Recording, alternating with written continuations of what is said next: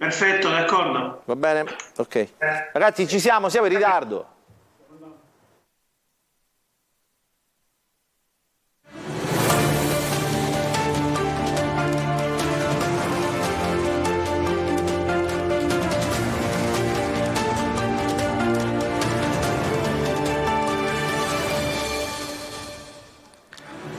Buonasera ai telespettatori di Telecolor, buona domenica, la Domenica delle Palme, una settimana a Pasqua, lo dico già subito adesso, domenica prossima non andremo in onda per la Santa Pasqua, quindi faremo una pausa, quindi ultima puntata prima della Pasqua, poi ritorneremo ovviamente dopo con la lunga volata verso la scadenza delle amministrative, 128 comuni al voto in Sicilia, Catania, Siracusa, Ragusa, Trapani, capoluoghi che eleggeranno il nuovo sindaco e la nuova giunta, ovviamente il nuovo consiglio comunale, quindi insomma partita molto importante, seguiremo, vedremo cosa succede e cosa succederà da qui al 28-29 maggio. Settimana complicata questa, è successo di tutto, è successo e non è successo anche insomma niente, non è successo niente rispetto alle voci, ai nomi del centrodestra, non c'è ancora un candidato per il centrodestra a Catania, questo blocca tutta la partita dei nomi, o meglio ingessa, no, le scelte dei partiti sui 4 comuni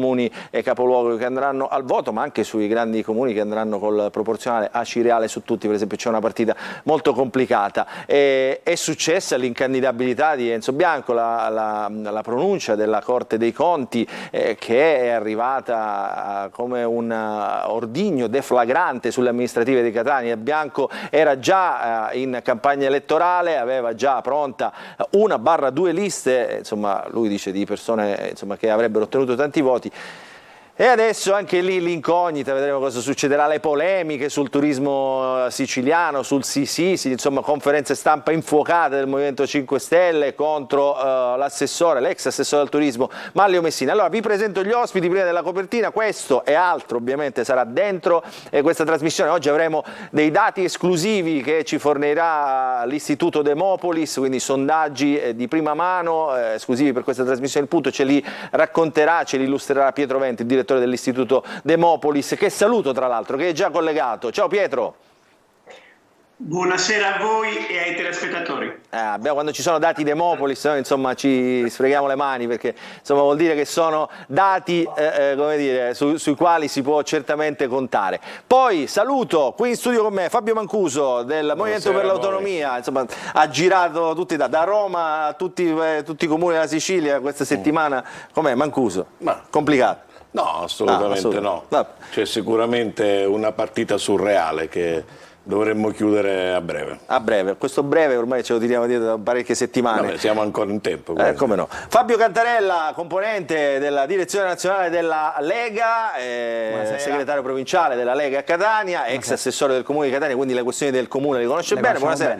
Buonasera Cantarella. Buonasera. Cicappello, non lo vedevamo da tanto tempo, lo dico anche a Mancuso.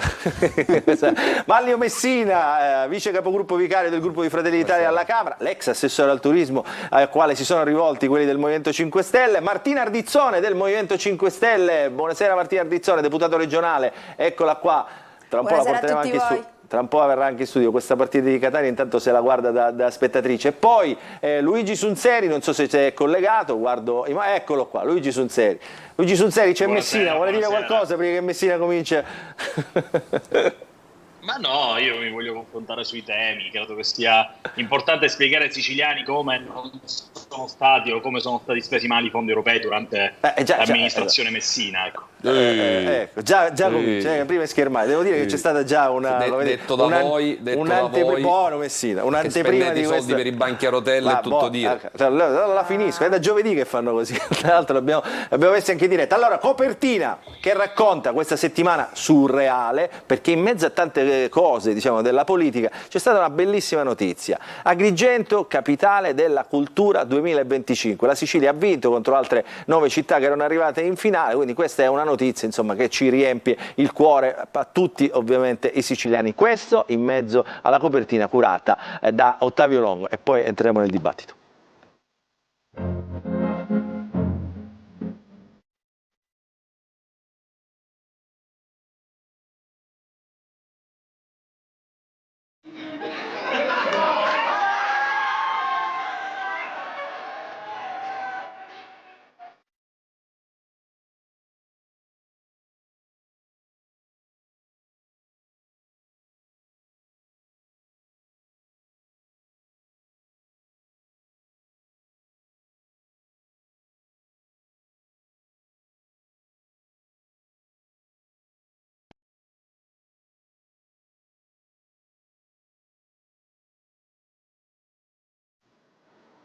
Questo è il Gattopardo, giusto per non farci mancare niente. Abbiamo visto quel manifesto con il rullo bianco che può andare, credo, almeno al momento in soffitta. Era l'inizio della campagna elettorale di Enzo Bianco. Adesso cosa succederà? Insomma, su Catania cercheremo di capire cosa sta succedendo. Ce lo raccontate voi che siete i 3 esponenti del partito di centrodestra, quelli che si incontrano, che sanno le cose. Partiamo da Mancuso. Mancuso, non c'è questo nome nel centrodestra, ce lo siamo detti tante volte. Che deve succedere per tirare fuori questo nome? Il Movimento per l'Autonomia ha una posizione precisa, cioè sul nome di Fratelli d'Italia in questo momento. No, noi venerdì ci siamo presentati al tavolo per chiudere quelle che erano tutte le proposte del centrodestra. Siamo riusciti a chiudere 3 comuni, abbiamo dato la nostra preferenza su Catania al candidato di Fratelli d'Italia.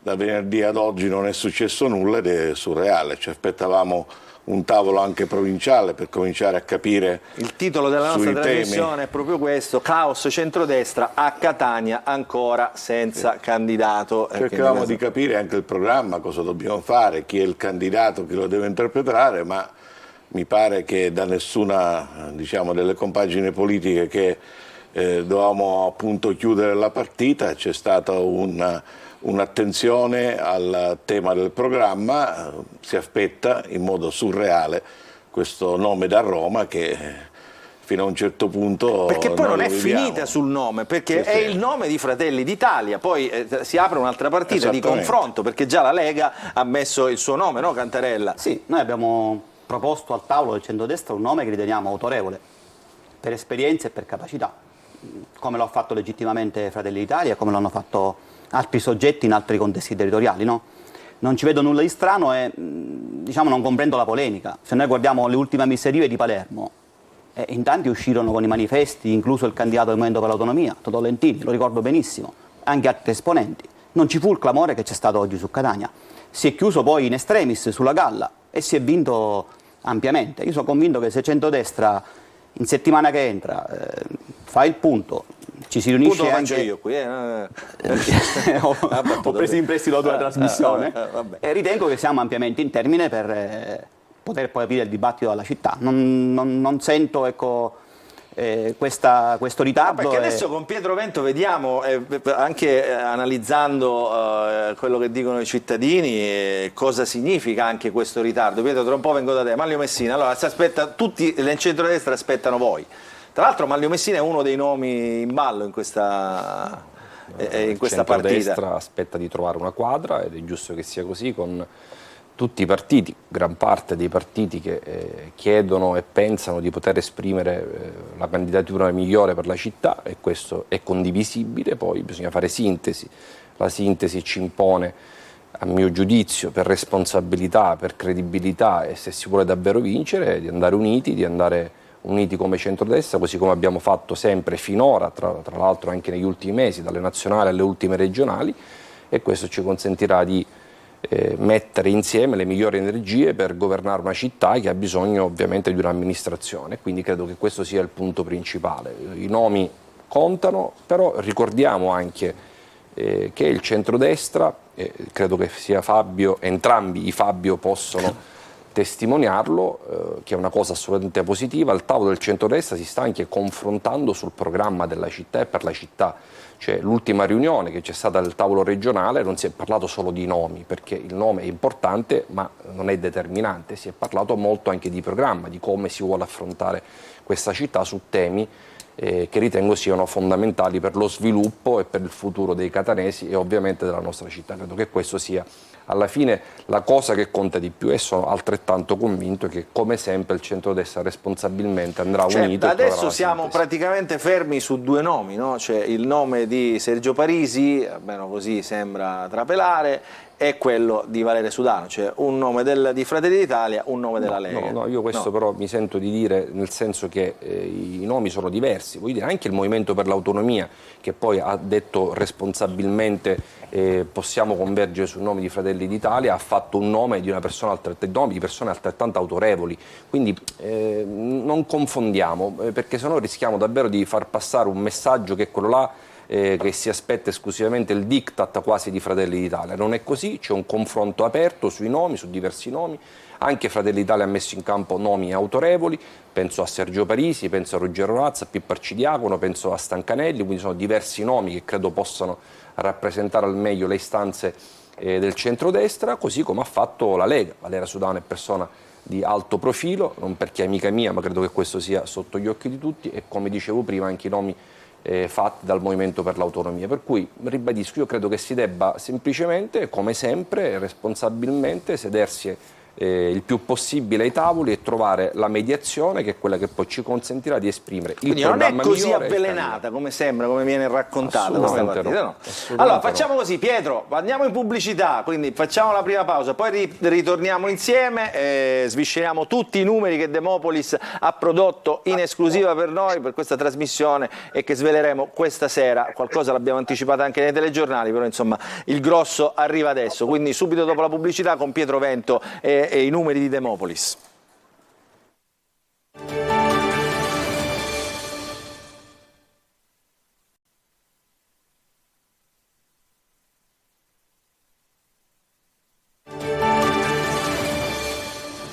Rientriamo in diretta. Allora, prima di andare da Pietro Vento, saluto la collega Miriam Di Peri del quotidiano La Repubblica, con i quali... Ciao Miriam!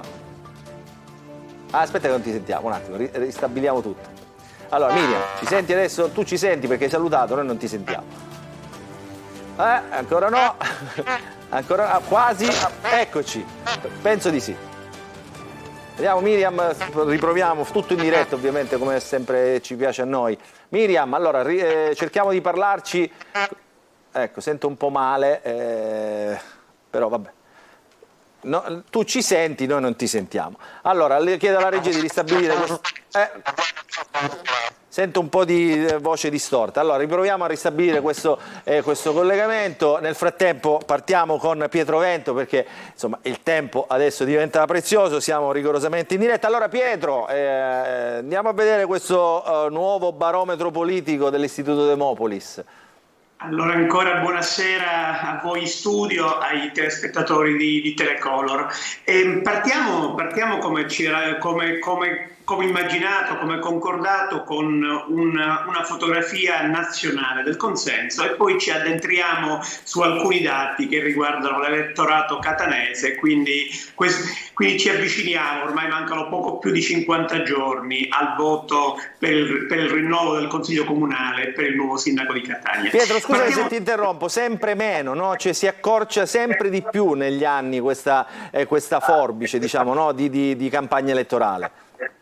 Sempre di più, assolutamente così, e anzi in Sicilia le elezioni avverranno 15 giorni dopo rispetto al voto nazionale, altrimenti saremmo stati ancora più vicini.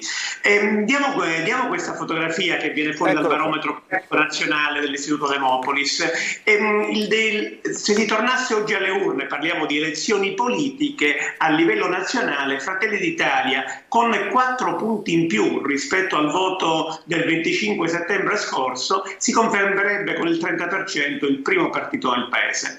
È di fatto un consolidamento di un consenso, di quel 26% delle elezioni politiche cresciuto al 30% di oggi.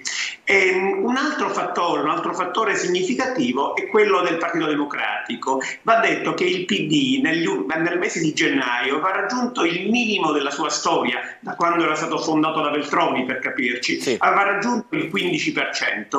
Poi in queste ultime 2 o 3 settimane si è assistito al cosiddetto effetto Ellis Klein, la nuova segretaria del Partito Democratico, che lo ha ereditato al momento peggiore, che comunque è riuscita a recuperare dal 15 al 24% oltre 5 punti. È un effetto fondamentalmente di motivazione di quell'elettorato che si era perduto nei mesi, direi quasi negli anni precedenti. Pietro, scusami se ti interrompo. Il tuo istituto, l'Istituto Demopolis, è leggermente in controtendenza rispetto anche agli altri istituti nazionali che danno Fratelli d'Italia sotto il 30% in questo particolare momento storico. Quindi questa è una notizia che tu ci dai, ovviamente. Ricordiamo che il sondaggio Demopolis è freschissimo. In realtà diciamo, credo che le differenze siano quasi inferiori al punto percentuale, quindi in realtà diciamo, cambia pochissimo. Okay. Il fattore che colpisce comunque è il consolidamento progressivo di Fratelli d'Italia, ma nello stesso tempo, ecco, dicevo, la forte novità è un Partito Democratico che riprende a crescere. Attenzione, l'effetto Schlein. Esattamente così. Il Movimento 5 Stelle è più o meno sui valori delle ultime politiche, al 15,6, anche la Lega intorno all'8,7, rimangono tutti molto stabili. Una lieve caduta, una lieve flessione sia per Azione, il via al 7,2, sia per Forza Italia che perde poco più di un punto rispetto alle elezioni scorse, al 3,1 sinistra e Verdi. E dicevo un fenomeno importante, l'affluenza che ricordiamo grafico numero 2. Ecco, l'affluenza molto bassa, no, mi fermiamo ancora un momento sul nazionale. Okay. L'affluenza molto bassa delle elezioni politiche cresce di poco in Italia, ma c'è una motivazione, il fatto che se si votasse oggi, andrebbero alle urne con più convinzione, direi con più voglia, soltanto gli elettori di due partiti, gli elettori del partito guidato da Giorgia Meloni e del partito guidato da Elif Schlein. Fondamentalmente c'è in questo momento un maggiore entusiasmo in questi due elettorati, e questo ovviamente li avvantaggia rispetto alle forze concorrenti. Ci può stare, ma da no? questo andiamo invece a guardare Catania. Guardiamo Catania, siamo a poco più di 50 giorni dal voto. Abbiamo chiesto ai catanesi, ed è un dato che davvero ci colpisce, abbiamo chiesto: lei pensa di recarsi alle urne a fine maggio per l'elezione del nuovo sindaco del Consiglio Comunale? E allora a dire sicuramente sì è appena il 45%. Un 13% deve ancora rifletterci, ci penserà, magari alla fine si convincerà a recarsi alle urne, ma il 42% dei catanesi lo esclude del tutto. Questo è un dato con questa determinazione, con una propensione così netta, che oggettivamente ci colpisce in fase di rilevazione. Pensiamo, e ogni tanto dobbiamo anche riportare le percentuali ai numeri reali, e vorrebbe dire che oltre 100.000 catanesi oggi ritengono di non recarsi alle urne, che non andranno. È un numero drammatico questo, davvero, è un numero drammatico. Lo facciamo commentare ai nostri ospiti velocemente, Pietro? Allora, Manlio Messina, Manlio Messina, lo chiedo un po' a tutti quelli che sono collegati, io non so se c'è anche collegata Miriam Niperi, che l'ho vista prima, insomma, se c'è rimandatela perché io non la vedo. Allora, Messina, 45% andrà a votare, c'è una buona percentuale, un 42% dice io non andrò certamente a votare, più questi indecisi qua che il 13%. Questo conferma purtroppo l'andamento di questi ultimi anni, dove la politica continua a non appassionare. L'augurio è che si possa far crescere sempre di più questa percentuale, e per poterlo fare bisogna prima di tutto far sì che la politica sia credibile, e io credo che anche questo dato continuerà a salire e salirà nei prossimi anni se si continua a lavorare in questo modo, con un governo, quello del centrodestra, che sta dimostrando serietà, che sta dimostrando coerenza, che sta dimostrando di pensare soprattutto agli italiani, e credo che questo possa davvero far ricredere alcuni, soprattutto gli indecisi, e anche chi ritiene di non dover andare a votare. Quindi allora, Cantarella, Mancuso, Sunzeri, insomma questa è una cosa che interessa a tutti. Condivido quello che dice Maglio rispetto a un trend che abbiamo visto nelle amministrative, dove va a votare circa il 50%. Ecco, non mi aspettavo questo no deciso così elevato, questo sì, sicuramente mi fa riflettere. Possibilmente appena uscirà il candidato del centrodestra, magari una fetta di questa che ha aspettato per esprimersi si sbilancerà in futuro. Mancuso il sindaco lo fa, insomma, capisce. Io in controtendenza a quello che è il dato, ritengo che è un dato molto alto di affluenza alle urne a bocce ferme. Se questo dato lo rifarei tra una settimana con i candidati al Consiglio Comunale in campo e con il Sindaco in campo, sarà assolutamente importante, perché già circa il 58% vuole andare a votare. C'è poi una percentuale che secondo me intorno al 20% che sarà portata a votare dai familiari, dagli amici, dai cugini, dalle zie, da tutti quelli che vengono coinvolti in una competizione amministrativa. Quindi io lo vedo un dato positivo di partenza. Controtendenza. Ardizzone, Martina Ardizzone. Aspetta, non sentiamo Martina. Ida? Sì, adesso sì. Okay. Dicevo, di solito i dati che vengono fuori dalle affluenze alle tornate elettorali e amministrative sono completamente diverse rispetto alle altre competizioni, perché sono d'accordo con il sindaco Mancuso, comunque intervengono alle competizioni elettorali amministrative più persone, magari il cittadino si sente più interessato ad andare alle urne. Io non sono tanto stupita del no netto alla partecipazione all'andare a votare per la competizione di Catania, considerato che i catanesi sono veramente, io ritengo veramente stanchi dopo gli ultimi anni di amministrazione catanese, quindi non sono per niente stupita da questo no netto.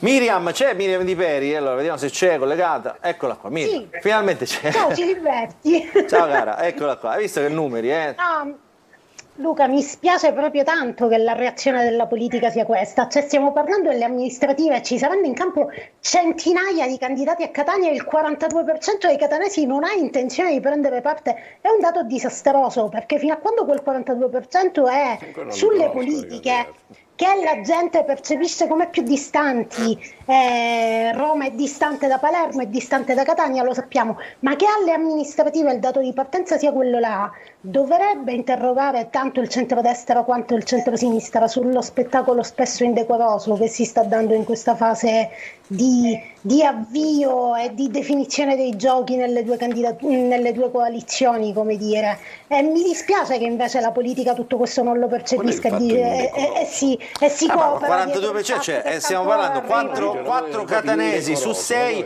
cioè non ne vogliono sentire di andare a votare. Questo, il no è questo. A questi potrebbe raggiungersi almeno un altro catanese, diciamo, su 10, quindi 5 su 5, il 50%. Cioè, l'amministrativa è Mancuso, l'amministrativa, lei fa il sindaco, le amministrative sono le elezioni più coinvolgenti tra tutte le elezioni. Vedrai che voteranno tra il 65 e il 70%. Ma ce lo auguriamo. Andiamo avanti, Pietrovento. Ovviamente quello è un auspicio, però va detto che ritroviamo sui catanesi, dopo l'ultimo decennio amministrativo, ritroviamo una sfiducia nell'amministrazione locale che invece non ritroviamo quando si vota in altri contesti in cui l'affluenza normalmente su Catania anzi tende a crescere. E andiamo a guardare un altro dato sui cittadini che però dichiarano l'intenzione, certo probabile, di recarsi alle urne. Quindi quel 45%, scusa Pietro, giusto? Esatto. No, di quel 45 più il 13 che dice probabilmente andrò, okay. Quindi in realtà siamo sul 58% che dice andrò con certezza o probabilmente mi recherò alle urne. Siamo in un contesto, dico, che sembra appunto strano perché mancano poco più di 50 giorni, ma siamo di fatto con alcuni candidati civici in campo e con il candidato del centro-sinistra insieme al Movimento 5 Stelle, ma manca ancora il candidato principale, se così si può dire, in base alle intenzioni di voto, e quindi è chiaro che poi tutto questo finirà col modificare ovviamente lo scenario. Quella di oggi, lo ricordiamo, è una fotografia, quindi una fotografia che andrà a cambiare nelle prossime settimane. Come si orienterebbero in termini di coalizione? Possiamo guardare il grafico insieme, lo stavamo già vedendo con la regia. Allora, il 48% dei cittadini sceglierebbe la coalizione di centrodestra, di fatto la coalizione di Fratelli d'Italia, Lega, Forza Italia, Movimento per l'Autonomia. E il 48%, diciamo, siamo vicini alla maggioranza assoluta, ma è un numero che, come sappiamo, nel meccanismo siciliano vorrebbe dire superare il 40%, e quindi vorrebbe dire vittoria al primo turno. Al secondo posto l'area costituita dal Movimento 5 Stelle e centrosinistra, PD, Sinistra Verdi al 32%, che va detto proprio in questo frangente, in questo momento specifico, trae anche un certo beneficio dall'esclusione di Enzo Bianco, che sicuramente sarebbe stato almeno in minima parte concorrenziale, e anche di quello che si immaginava poter essere il suo vice sindaco, quindi Giancarlo Cancelleri, leader storico del Movimento 5 Stelle in Sicilia. E poi le altre liste oggi difficilmente misurabili, un 20% che comunque aspetta Pietro, perché c'è Mancuso che ci sta dando una notizia sul centrodestra. Quando tu hai detto, dice, questa questione del bianco, diciamo, interessa, Mancuso dice che non c'entra. Perché Mancuso? Perché secondo me, da quello che leggo, se devo tradurre in posizione elettorale, secondo me Candido si candida e si farà sospendere dal prefetto, da quello che io leggo dalle dichiarazioni, perché è l'unica via per salvarsi da quello che è successo, non ce ne sono altre. Non aspetterà né Cassazione né Tribunale europeo. Secondo me la mossa anche politica sarà questa. Ce la segniamo questa, vedremo cosa succederà. Andiamo avanti, Pietro Vento, andiamo un po' più veloce con le altre grafiche.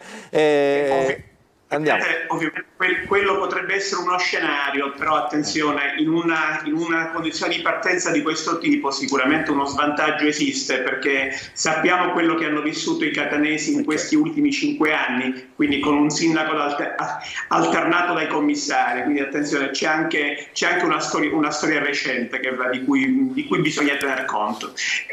Dicevo poi, ecco, le altre liste, sicuramente una forza che è ancora da misurare nelle amministrative a Catania, quella di Cateno De Luca, e poi una presenza di Terzo Polo e tante liste civiche. Ovviamente tutto questo potremo leggerlo meglio dopo le candidature. Va detto un'ultima cosa, è chiaro, evidente, vincerebbe così il centrodestra se andasse unito al primo turno, se andasse diviso si aprirebbe di fatto una inevitabile, ma direi anche incerta, lotteria del ballottaggio. Lo vediamo questo in moltissime fino a qua, insomma, ci siamo. Andiamo a vedere l'altra grafica che mi sembra molto interessante, proprio per il periodo che stiamo vivendo.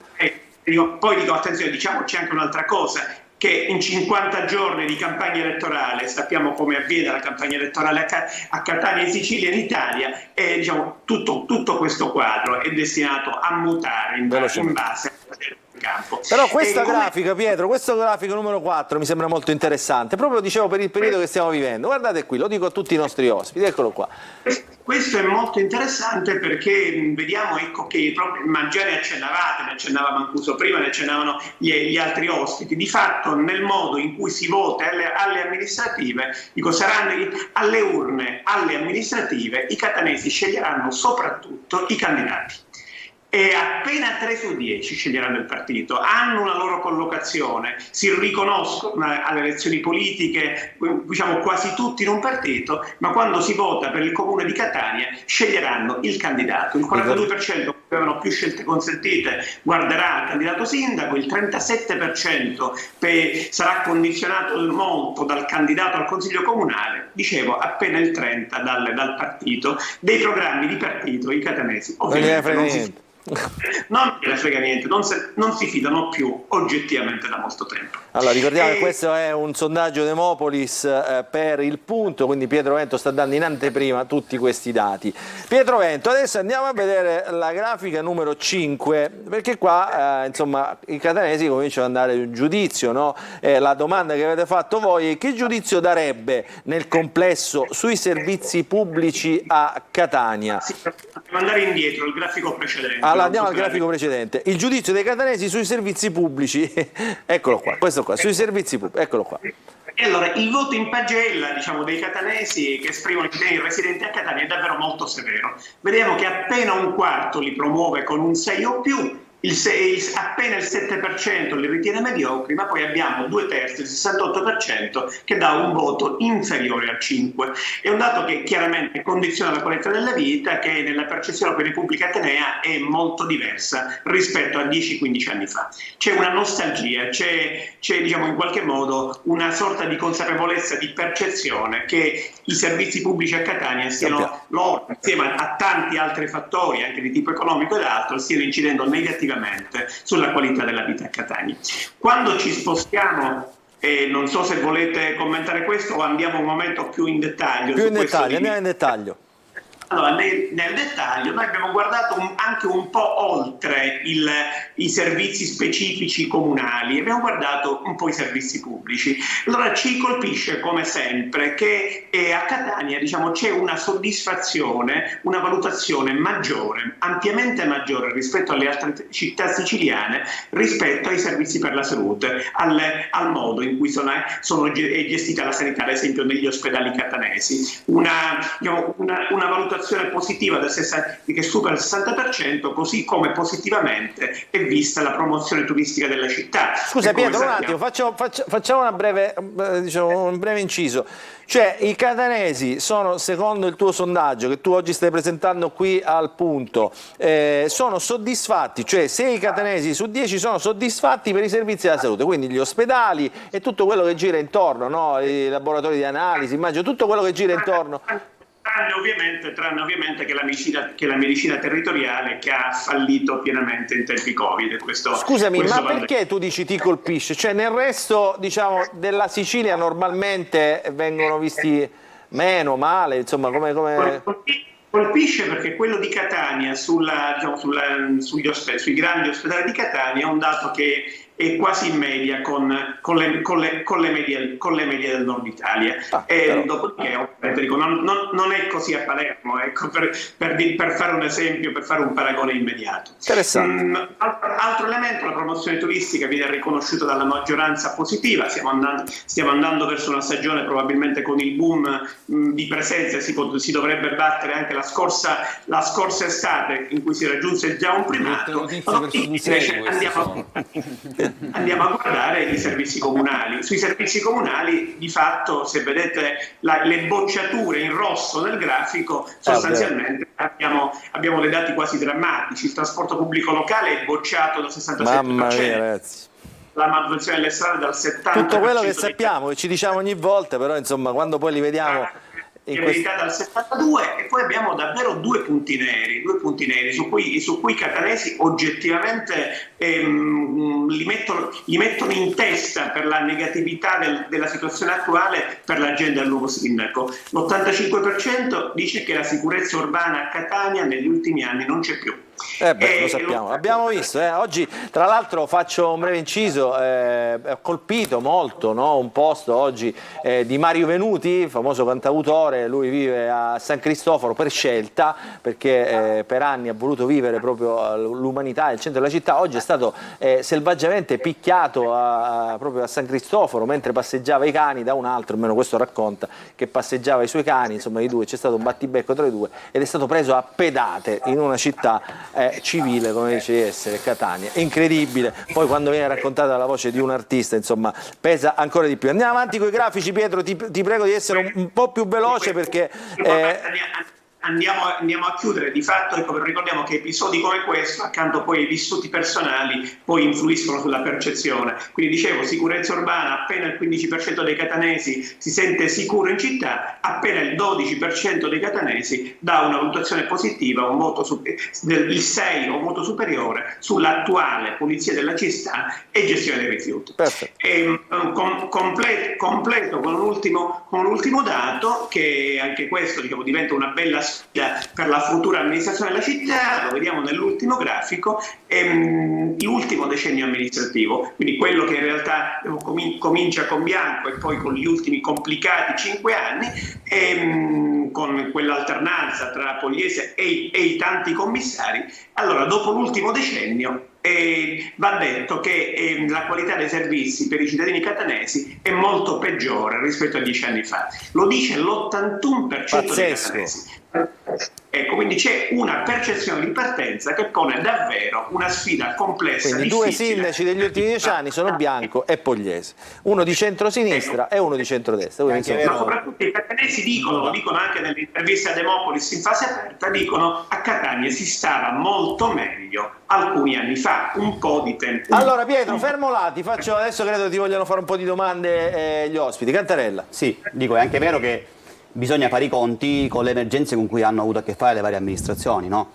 Noi ci siamo insediati nel 2018 e dopo 2 settimane ci è arrivato il dissesto con 1,5 miliardi di euro di buco di bilancio. Erogare servizi in quelle condizioni non credo che, appunto, basti la bacchetta magica, forse neanche quella. Siamo stati capaci, ecco, nonostante tutto questo, di mandare avanti la macchina comunale, di riprendere a erogare servizi. Non si potevano pagare neanche gli stipendi quando ci siamo insediati. Di che parliamo? Di questo bisogna assolutamente tenere conto quando si fa una valutazione. l'amministrazione Pogliese ha dovuto affrontare emergenze che nessun'altra amministrazione in passato ha mai trovato di fronte. Sì, però Cantarella, quello che dico io, che ho detto tante volte qui, dico io, nessuno vuole sminuire insomma quello che è successo. Il problema però poi è quello che ci racconta però chi vive la città non gliene frega niente, non gliene frega niente che quello ha affrontato il dissesto, lo poteva dichiarare quello prima, la città è questa. Avete visto? Mi riprendete per favore la grafica con tutte quelle bocciature. I problemi di Catania sono sempre questi, no? Manutenzione delle strade. Da quanti anni è che si dice che le strade sono impercorribili? Il traffico, la viabilità, la sicurezza, la polizia. Però se non si racconta ai catanesi cosa è accaduto e il motivo per cui certi servizi non possono migliorare, si fa di tutta l'erba un fascio e il catanese non può avere il ruolo vostro dei giornalisti, è questo, quello di saper raccontare quello che realmente è accaduto, perché se no, scusami Ciliberti, perché se no facciamo confusione, perché se non si racconta che è una città in dissesto, quindi un'amministrazione che arriva e dopo 2 settimane è costretta a dichiarare il dissesto e col dissesto non puoi garantire i servizi, allora tu stai mettendo al pari e allo stesso piano un'amministrazione che ha subito un dissesto rispetto a un'amministrazione che quel dissesto l'ha creato secondo una sentenza. Quindi è un problema poi io sono d'accordo che ai cittadini non gliene frega nulla, però i cittadini devono sapere se un sindaco non è in grado di asfaltare la strada perché non ha i soldi, perché è in dissesto, perché la precedente amministrazione ha creato un debito di 1 miliardo e 500 milioni. È chiaro che questo si deve raccontare, perché se non si racconta si fa di tutta l'erba un fascio ed è l'errore più grande che si può fare, perché poi la disaffezione nei confronti della politica arriva proprio da questo. Che c'è, Mancuso? No, io ritengo che bisogna organizzare bene la macchina amministrativa. Qua c'è un sindaco, c'è una carenza di capi settore, capi servizi, che naturalmente devono consegnare alla politica quelle che sono tutto quello che oggi leggiamo con Pietrovento, che ringraziamo. E rispetto a questo dobbiamo avere assolutamente un quadro. Questo quadro non c'è. La politica deve avere sempre quelle che sono le priorità e i capi servizi e i capi settori devono assolutamente consegnarli nel modo migliore possibile. Quando io ho fatto il comunicato qualche giorno fa a favore di Manlio affinché restasse a Roma, è perché la sicurezza la possiamo affrontare solo se un parlamentare nazionale con il sottosegretario all'interno, con il ministro dell'interno, rafforzi la presenza delle forze di polizia e aiuti la città di Catania sulla polizia locale ad essere più presente, con più persone e quindi con maggiori risorse nazionali per fare un nuovo bando sui vigili urbani. Così posso continuare con tutta un'altra serie di cose che devono essere assolutamente fatte, ma devono essere preparate da un organigramma che il nuovo sindaco deve mettere subito in campo. Io sono certamente d'accordo con voi. Solo fammi dire sull'ultima cosa, anche perché c'è Fabio Cantarella che può confermare, perché l'ultimo punto è la città e la gestione dei rifiuti.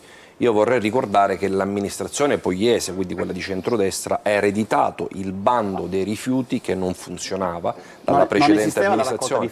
Non esisteva dalla precedente amministrazione la raccolta differenziata. Se non ricordo male, su quella gestione, sì, anche su che ha coinvolto anche il pubblico. Noi abbiamo col nuovo bando oggi la raccolta, Fabio, cresce. Trasparenza e legalità. Oggi mi dicono che la raccolta è arrivata al 40%, l'ha superato il 40%. Noi siamo insediati con un 8% di raccolta differenziata e non esisteva la raccolta differenziata nei quartieri popolari da nessun'altra parte, quindi diciamo che questo va sicuramente valutato quando si fa un esame sereno. Abbiamo portato a casa un contributo da $500 miliardi a fondo perduto per Catania.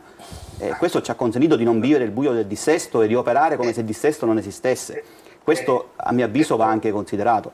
Quindi è giusto che va esaminata la percezione che ha il cittadino, però quando amministri devi oggettivamente fare i conti con quello che hai a disposizione. Lo dico per voi che state affrontando una campagna elettorale, davvero, io credo che oggi diventa davvero difficile da percepire per i cittadini, un racconto del passato. Assolutamente. I numeri sono però è importante, impietosi. È importante raccontare trasporto pubblico locale, è importante capire cosa accadrà nei prossimi anni in città con quello che è stato fatto per esempio col governo di centrodestra alla regione, la metropolitana, i nuovi treni delle metropolitane, la nuova tratta che porta all'aeroporto, quello che ha fatto l'amministrazione Pogliese negli anni precedenti con l'implementazione implementazione, credo siano arrivati 50-60 autobus nuovi elettrici, i parcheggi scambiatori, è partito il lavoro per il parcheggio Sanzio, i 2 obelischi, la BRT che sta lavorando e si sta implementando. Questi sono tutti servizi che vedranno dopo. Miriam? No, sono in atto il piano urbano integrato, 180 milioni e già si vedranno più avanti. operativo. Miriam, prego.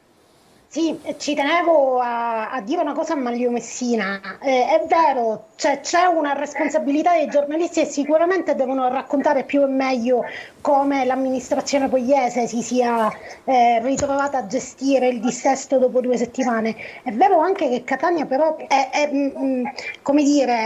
lo stesso ragionamento rispetto a quel 42% di dichiarazione di astensionismo da parte dei catanesi.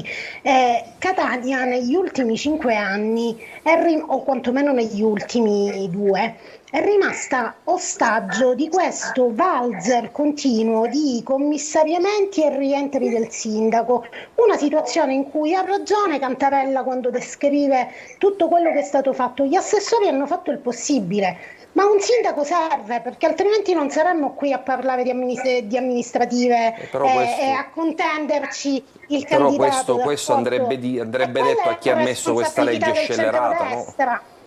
Ma quella è responsabilità del centrodestra, perché scusi, non è responsabilità di una legge, la legge Saverino, che impone a un sindaco che ha una condanna di primo grado, quindi non passata in giudicato, quindi non di terzo grado, e in questo paese fino a prova contraria uno è innocente e fino a sentenza passata in giudicato, quindi terzo grado, sospende un sindaco eletto dal popolo, quindi anche il centrosinistra ha, voglio dire, il sindaco in Calabria, il sindaco lo sospende a tempo. Lo sospende a tempo, tra l'altro, infatti per 18 mesi. Il sindaco di Reggio Calabria, Falcomatà del PD, ha subito la stessa cosa, quindi è una legge, a mio modo di vedere, infame, che paga e fa pagare il prezzo ai cittadini, perché io condivido con lei che la città ha bisogno di un sindaco e se i cittadini lo eleggono quel sindaco, il sindaco deve rimanere lì quantomeno finché non c'è una sentenza passata in giudicato. Quindi questa è una norma che è assolutamente bizzarra e che va attribuita a chi l'ha fatta, e mi auguro che l'attuale governo la rivedi in maniera sostanziale, perché non possiamo lasciare le città senza un sindaco, quindi condivido questo, ma non è un problema di centrodestra. No, neanche per me è un problema di centrodestra. Io sono dell'avviso che un sindaco sia del PD sia di Forza Italia o di qualunque altra forza politica in una situazione del genere si dimette. Ma mi scusi, però è la legge che lo dice. Allora disattendiamo la legge, la legge lo sospende, non lo fa decadere.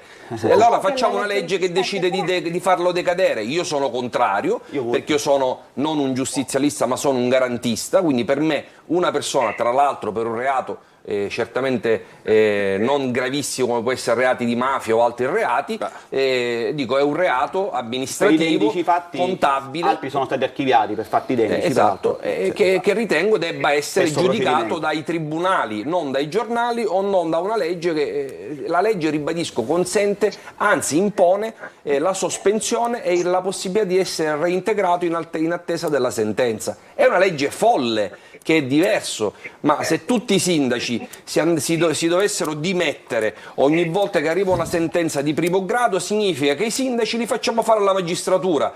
Scusatemi. Io ricordo Cascio, deputato regionale, cosa che già accade abbastanza spesso. Quindi fatto decadere con la Severino, assolto in appello. Chi gli restituirà? Alla fine, anni. Però alla fine, penso di interpretare quello che vuole dire Miriam, però alla fine si è dimesso, quindi è una questione di tempi. No, Miriam, immagino. Sì, Luca, e soprattutto siamo qui a parlare di quello che ha fatto l'amministrazione precedente. Qui c'è un centrodestra che ha comunque amministrato per 5 anni, che si deve presentare ai cittadini catanesi e che continua a raccontare ai cittadini catanesi che è colpa di chi li ha preceduti. Allora no, mi scusi, le chiedo scusa, non lo dice il centrodestra, mi scusi, lo dicono i tribunali. No, qua lo dico. I tribunali dicono con sentenza che la responsabilità del buco di bilancio della città di Catania è dell'amministrazione Bianco e del sindaco Bianco. Quindi mi scusi, noi sosteniamo. Posso fare una battuta? I tribunali vanno bene quando condannano quelli del centrodestra e non vanno bene quando condannano quelli del centrosinistra. Posso fare una battuta su questo tema e poi salutiamo Pietrovento.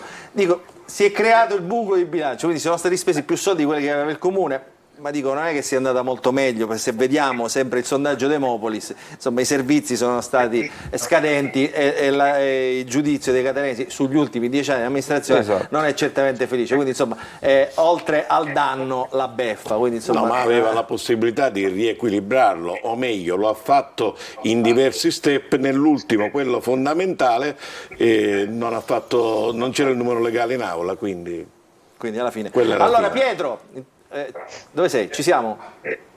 Eccolo qua. Pietro, concludiamo e così saluto anche te, non so se vuoi insomma dire... Credo che tu voglia chiedere quello che voglio chiedere io a questi tre qua messi, Fratelli d'Italia, Lega e MPA, cioè quando si saprà questo sindaco, insomma, no? Questo nome. È evidente che nel sondaggio Demopolis mancava l'elemento sui candidati, quello che avevamo analizzato in premessa nell'analisi fatta per il quotidiano La Sicilia circa un mese addietro. Rimangono comunque alcuni punti centrali. Rimane l'agenda dei catanesi per il nuovo sindaco, è chiara, netta, prescinde quasi alla collocazione politica, perché il giudizio sull'ultimo decennio è completamente trasversale. Vediamo che il centrodestra, se unito, di fatto sfiora il 50%, quindi questo significa che non c'è un nesso, ma c'è un'insoddisfazione. C'è un 81% di catanesi che ritiene che a Catania 10, 15 o 20 anni fa si viveva meglio e i servizi comunali funzionavano molto meglio. Questo è il punto di partenza. Poi sul resto un po' che migliorarlo. 4.500 dipendenti con 1.400 di ora. Chiunque esso sia. Allora, grazie Pietro Vento con 200 vigili urbani a disposizione. Bene, grazie a voi e alla prossima. Grazie Pietro, ovviamente tutti questi dati li ritroverete pubblicati domani sulla Sicilia Web in pagina. E conferma quello che è accaduto anche, diciamo, in altri contesti territoriali, che centrodestra unito riesce a vincere al primo turno, unito, ecco. Questo è conferma, diciamo, anche di gran lunga, e secondo me i numeri sono molto più ampi considerando poi i candidati in campo e le liste che tirano. Certo.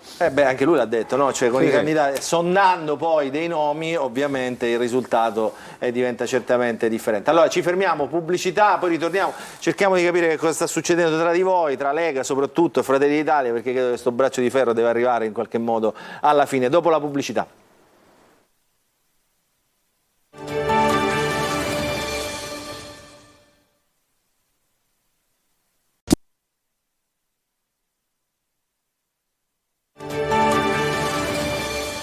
Rientriamo in diretta. Allora, discutiamoci, oggi insomma, abbiamo parlato, insomma, abbiamo visto i dati Demopolis prodotti in esclusiva per Il Punto, abbiamo visto con Pietro Vento, che saluto e ringrazio ancora, adesso parliamo però di quello che sta succedendo nel centrodestra, con me Fabio Mancuso, rappresentante del Movimento dell'Autonomia, Fabio Cantarella, rappresentante della Lega, Manlio Messina di Fratelli d'Italia. In collegamento c'è la collega Miriam Di Peri di Repubblica, che è anche lei ovviamente interessata per il racconto da fare nei giornali di queste amministrative catanesi. Non si arriva al dunque, ogni giorno diciamo domani sarà il giorno giusto, il fine settimana arriverà questo nome, il Fratelli d'Italia sta per fare questo nome insomma ancora non c'è, perché di fatto c'è un braccio di ferro tra la Lega e Fratelli d'Italia. Salvini ha detto, venendo a Catania, la nostra candidata, la nostra proposta di candidatura è Valeria Sudano, stiamo mettendo il meglio, mettete anche voi un candidato diciamo all'altezza, no? Cantarella, questa è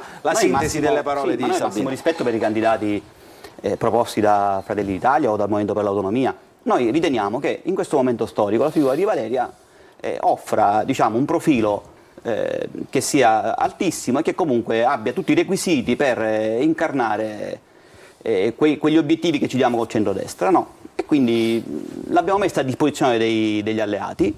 Certamente questa decisione passerà non solo dal livello locale, regionale che sia, ma anche da quello nazionale, perché lo sappiamo benissimo che poi alla fine saranno i leader nazionali a trovare un'intesa fra di loro.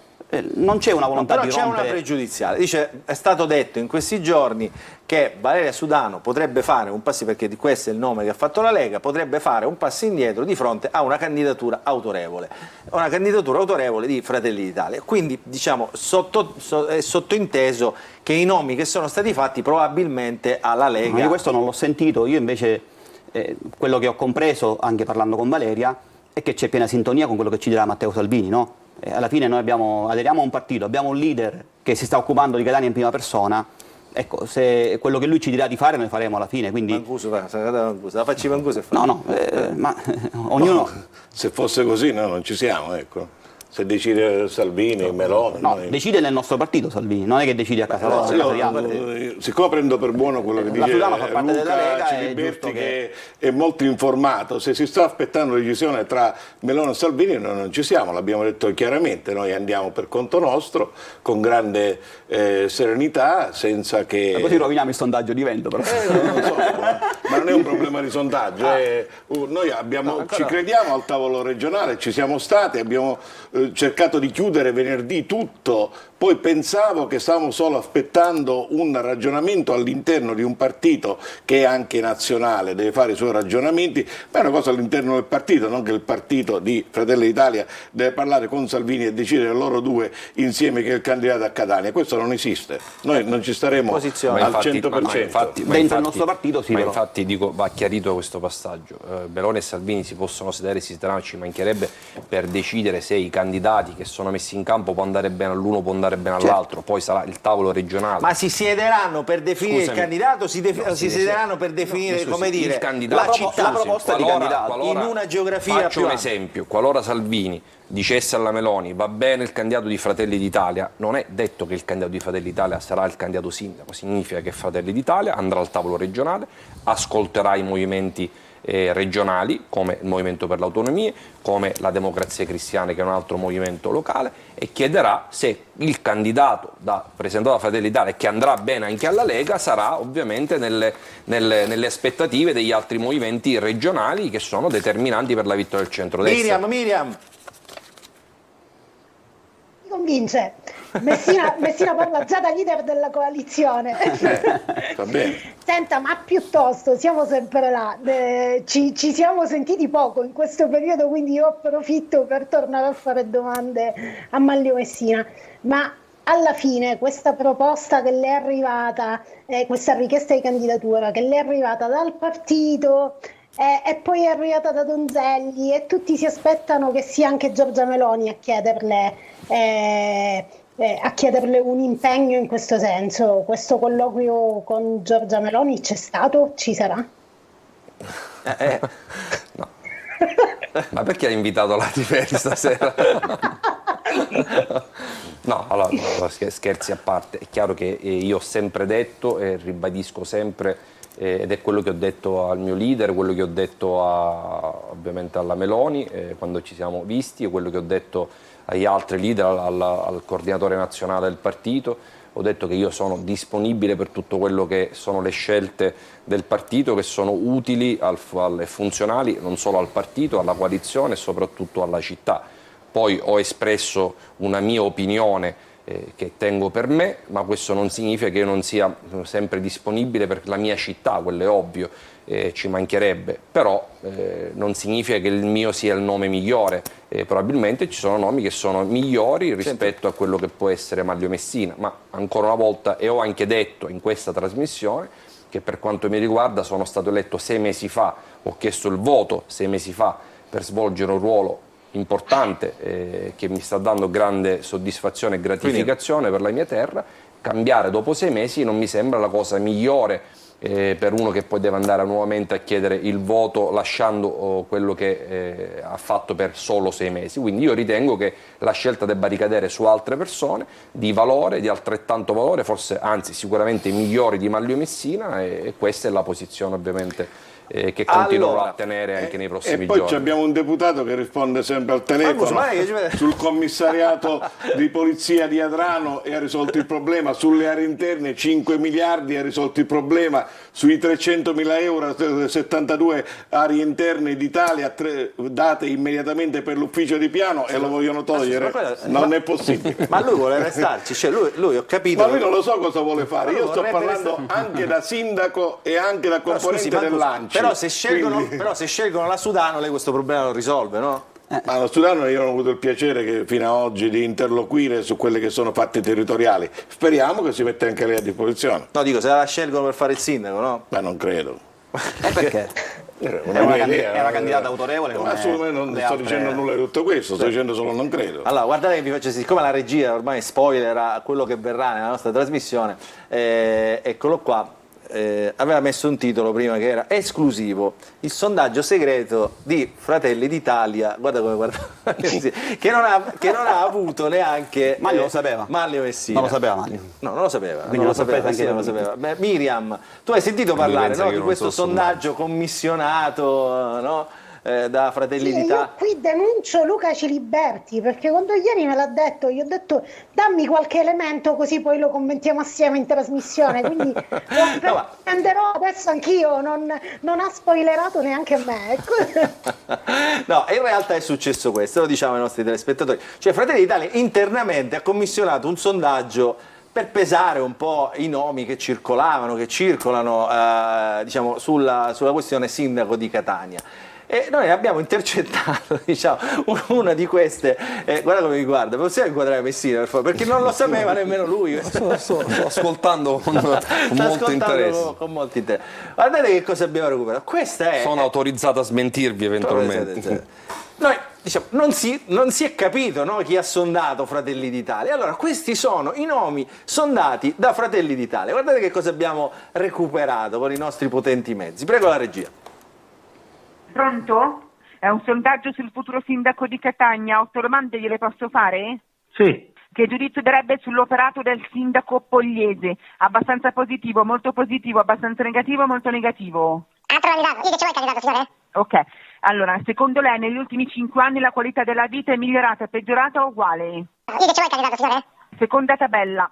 Se il candidato per il centrodestra fosse il giudice Starpietro, allora quale vorrebbe? Allora Starpietro centrodestra, poi c'è un candidato di Renzi più Calenda, un altro candidato centrosinistra più 5 Stelle.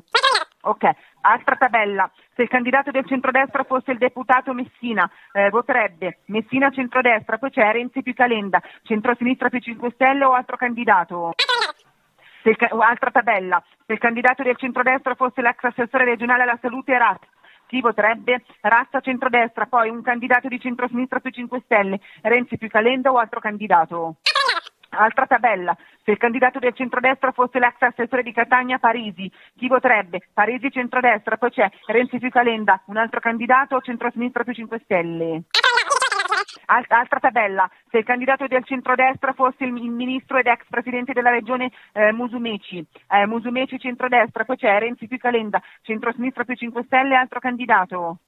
Se il candidato del centrodestra fosse l'ex assessore di Catania Arcidiacono, chi voterebbe? Arcidiacono centrodestra, poi centrosinistra più 5 Stelle, Renzi più Calenda o altro candidato. Se il candidato del centrodestra fosse la deputata Sudano, chi voterebbe? Sudano centrodestra, poi Renzi più Calenda, altro candidato, centrosinistra più 5 Stelle. Se il candidato per il centrodestra fosse l'ex sindaco di Catania Stancanelli, allora Stancanelli centrodestra, Renzi più Calenda, centrosinistra più 5 Stelle, altro candidato. Quale sarebbe il candidato a sindaco di Catania che lei preferirebbe per il centrodestra? Una sola, Starpietro, Messina, Razza, Parisi, Musumeci, Arcidiacono, Sudano, Stancanelli. Ecco, questa è la telefonata, diciamo. Abbiamo ovviamente cambiato la tonalità della risposta per non rendere riconoscibile l'intervistato, però questo è il sondaggio, diciamo, commissionato da un'agenzia importante, Demetrio Pinio se non ricordo male, diciamo, quindi telefonate vere che sono state fatte per sondare. Allora, Messina, ce lo dice che cosa è venuto fuori da questo sondaggio oppure dobbiamo uscire anche dai numeri di questo? Ovviamente no.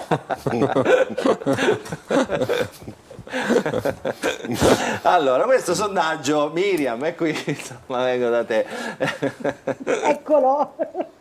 Questo sondaggio, diciamo, non ha risolto i dubbi di Fratelli d'Italia, che l'ha commissionato, no? Dei vertici del partito che l'ha commissionato, perché insomma la presenza di Musumeci ha un po' destabilizzato gli altri nomi, quindi insomma non è stato così non è stato possibile tenere il polso vero di questo sondaggio, però questi in realtà sono stati i nomi. Ora, detto questo, su questi nomi Fratelli d'Italia ha ragionato. Perché ancora su questi nomi non è stato fatto la scelta di uno, secondo te? stallo alla messicana, siamo in un film di Sergio Leone, siamo più o meno là. Allora succede che Valeria Sudano scende in campo, Raffaele Lombardo pone il veto su Valeria Sudano e dice: se c'è lei candidata mi candido anch'io. Valeria Sudano dice: se c'è anche Sergio Parisi in fondo non va bene, perché mi aspetto di trattare con Fratelli d'Italia che ponga al tavolo della coalizione un nome altrettanto autorevole come il mio, e quindi o Manlio Messina o Raffaele Stancanelli, che sappiamo essere non esattamente amatissimo all'interno del suo partito, per cui torna di nuovo il povero Messina che stasera stiamo torturando. In questo quadro, dato che viene meno, come dire... cioè Messina ha avuto la fortuna in questo sondaggio di non essere il primo. Esatto. Allora, diciamolo, perché se no avrebbero più volte bussato alla porta di Messina, no? Cioè se non ci fosse stato Musumeci in questo sondaggio che ha un po' scompaginato le cose...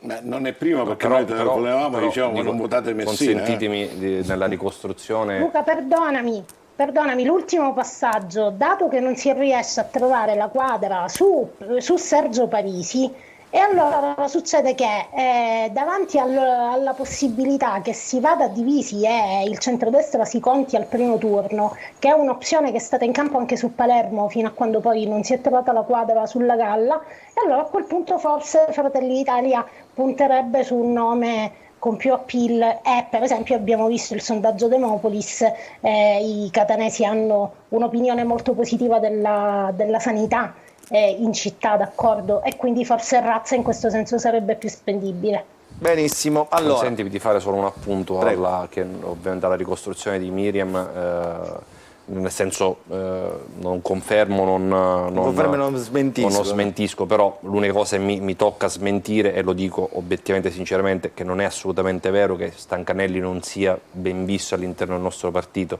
Stancanelli è un autorevolissimo europarlamentare del nostro movimento e che ha tutte le carte in regola per poter fare questo ed altro. Questo va precisato, perché sennò passano dei messaggi che sono assolutamente fuorvianti e non mi piace, soprattutto per rispetto di una persona come Raffaele Stancanelli, che rappresenta, ribadisco, punto di riferimento da sempre per la destra catanese, ma non solo. Questa è una dichiarazione importante, no Miriam? Diciamo, anche per bocca di chi viene. Anche perché io non ho trovato veti dagli alleati su Stancanelli, quindi se va bene anche a Fratelli d'Italia forse abbiamo trovato il candidato. No, aspetta, devi chiamare qua. Va bene anche ai catanesi, perché mi pare che al sondaggio sono gli ultimi 10 anni che non andava bene l'amministrazione. Quella era 15, è scapolata. Quindi Stancanelli c'era, no? Quindi gli piace a me. Vediamo se l'abbiamo fatto stasera sto tavolo. Vediamo se abbiamo fatto il tavolo del centro. Allora, fermi tutti, siamo andati lunghissimi. Io devo parlare del c'è ancora Sunzeri che si è guardato tutta questa cosa da spettatore con me.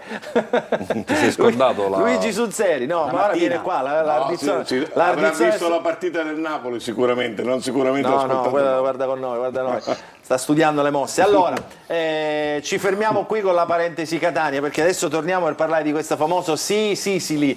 Prima però dobbiamo sentire Edi Bandiera, che è una bandiera, almeno fino a ieri è stata una bandiera di Fratelli d'Italia e Siracusa, ha sbattuto la porta di Forza Italia, ha sbattuto la porta e se n'è andato in dissenso con la linea attuale di Forza Italia. Sappiamo Forza Italia ha cambiato il coordinatore, eccetera.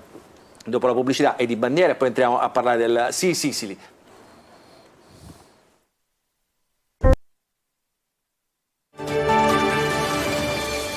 Rientriamo in diretta nell'ultima parte della nostra trasmissione, il punto per parlare di Sicily. Non so se c'è Di Bandiera collegato, Di Bandiera ex assessore regionale nella giunta Musumeci, insomma personaggio di peso di Forza Italia, se n'è andato, ha lasciato il suo partito sbattendo la porta in dissenso con la linea del nuovo coordinatore Caruso e insomma con la linea del suo partito a Siracusa. Lui era uno dei papabili diciamo, per i candidati al comune di Siracusa. Appena lo mettiamo in contatto lo sentiremo. Nel frattempo, dicevo, apriamo la parentesi Sisili, perché c'è stata una grande polemica questa settimana. Il Movimento 5 Stelle ha denunciato questo flop del Sisili, adducendo le motivazioni e dando le responsabilità addosso all'ex assessore del turismo del governo Musumeci. Quindi insomma questo progetto che doveva rilanciare il turismo in Sicilia post pandemia, secondo il Movimento 5 Stelle è stato un flop e addirittura se ne dovrebbe occupare di questi conti la Corte dei Conti. Saluto Luigi Sunseri, che è stato con noi dall'inizio della trasmissione, ma che è colui che ha uscito fuori i dati, ha denunciato questa vicenda, l'ha denunciato alla Stampa, quindi adducendo numeri e motivazioni. Saluto Martina Ardizzone, deputato regionale del Movimento 5 Stelle, che ha seguito ovviamente fianco a fianco a Luigi Sunseri e al resto dei deputati del gruppo del Movimento 5 Stelle di questa questione. Manlio Messina è con noi, ex assessore al turismo del governo Musumeci, oggi deputato nazionale di Fratelli d'Italia. Fabio Mancuso resta con noi, ognuno ha le sue carte. Miriam Di Peri ha seguito ovviamente questa questione e ci aiuterà anche a raccontarlo. Allora comincia Sunseri, che ci fa un riassunto della settimana, no? di quello che è successo. Sunseri, allora che è successo? Lei ha tirato fuori delle carte all'assessorato al turismo e che cosa è venuto fuori? Tanto buonasera a tutti e grazie soprattutto a te Luca per dare la possibilità a noi di parlare di un caso che abbiamo sollevato alla Stampa e ai cittadini siciliani, che riguarda una delle più grandi misure del periodo Covid voluto dal governo Musumeci e dall'Assemblea regionale siciliana. 75 milioni di euro stanziati per il turismo per aiutare uno di quei settori che durante il Covid certamente ha sofferto più di tutti. Noi, a distanza di 3 anni, abbiamo semplicemente tirato fuori i dati e i risultati di queste misure volute dall'ex assessore Messina e dal presidente Musumeci, che certificano di fatto 1. il flop della misura, 2. Un grossissimo rischio di gravare sulle risorse della regione, perché di fatto l'autorità di controllo ha certificato un taglio importante della spesa sui fondi europei che, se non si trova copertura alternativa, dovrà gravare sui bilanci della regione. Quindi un fallimento politico della misura, che prevedeva l'acquisto di milioni e milioni di euro di voucher, precisamente 37 milioni di euro, che si sono trasformati poi invece solamente 6 milioni di euro, e poi vedremo utilizzati con percentuali veramente ridicole, parliamo del 13-14%, e soprattutto poi invece una serie di criticità sollevate dall'autorità di controllo. Noi abbiamo semplicemente portato, all'attenzione dei media quello che è l'autorità di controllo, cioè l'organo preposto a controllare che le risorse dei fondi europei vengono stanziati in maniera corretta, ha portato all'attenzione di tutti, cioè irregolarità sul codice degli appalti, risorse spese senza nessuna progettazione, addirittura un frazionamento, dice l'autorità di controllo, artificioso per approvare una serie di risorse che venivano stanziate a destra e a manca dal governo Musumeci, e che quindi di fatto ha portato poi le autorità del controllo a tagliare di più in questo momento sicuramente 1,5 milioni di euro, che si dovrà trovare una copertura alternativa e che abbiamo perso di fondi europei. Allora, risponde Messina. Abbiamo già fatto questa cosa giovedì scorso, sempre qui all'interno di Telecolor, il Focus, però adesso facciamolo in maniera rilassata. Abbiamo fatto decantare la questione, cerchiamo di dare dei numeri ai nostri telespettatori. Messina. Allora, intanto facciamo una piccola premessa, perché è importante. Io vorrei capire la genesi di questo accanimento contro il turismo che in questi mesi sta vivendo, e mi posso fare un'idea, perché vede, le idee me le fa fare soprattutto le parole di Sunseri, che riportano per inciso i vari articoli di un giornaletto palermitano della stessa città di Sunseri, il cui editore, tale Sottile... No, aspetti. Aspetti. Non tiriamo fuori... No, mi deve fare dire le cose. Se no poi devo chiamare Peppino Sottile. No, lei può chiamare chi vuole. E le parole riportate esattamente da questo giornaletto, da un editore che si chiama Sottile, amico per quello che viene riportato in una sentenza e da diversi giornali, e venne anche interrogato dal giudice Falcone perché era amico e vicino ai cugini Salvo, ai mafiosi Salvo. Lei si assume le responsabilità di tutto quello che sta Tutte me le assumo, lei non si preoccupi. Ma però, c'entra, restiamo ora sul ci arrivo, tema, ora ci restiamo arrivo. sul E tema. stiamo sul tema. Perché vede, Che c'entra questa cosa? io lo dico subito cosa c'entra la questione, perché bisogna trovare la genesi. Perché vede, quando l'autorità di controllo ogni anno fa tagli regolarmente a tutti i settori, proprio gli ultimi tagli sono stati fatti tagli di 50 milioni di euro per delle strade, per dei fondi europei utilizzati per le strade, le attività produttive, 80 milioni per diversi settori. Guarda caso, gli unici che si interessano sono i 5 Stelle fomentati dall'amico dei cugini Salvo.